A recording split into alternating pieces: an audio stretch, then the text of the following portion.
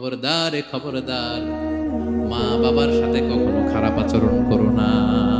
ওয়াসাইনাল ইনসান, মানুষকে আমি ওসিয়ত করলাম, রেকমেন্ড করলাম, ভার্ডিক্ট জারি করে দিলাম বিওয়ালিদাই, মা বাবার ব্যাপারে তাদের সাথে সদাচরণ করবে। মা বাবার সাথে খারাপ আচরণ করা যাবে।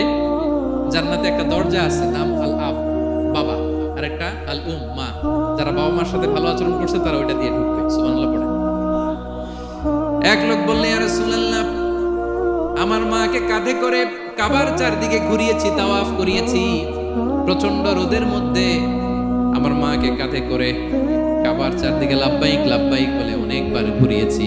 ইয়া রাসূলুল্লাহ, আপনি আমাকে বলে দেন, ছোটবেলা যখন আমি আমার মায়ের বুকের দুধ খেয়েছি, ওই দুধের সুদটুকু আদায় হয়েছে কিনা?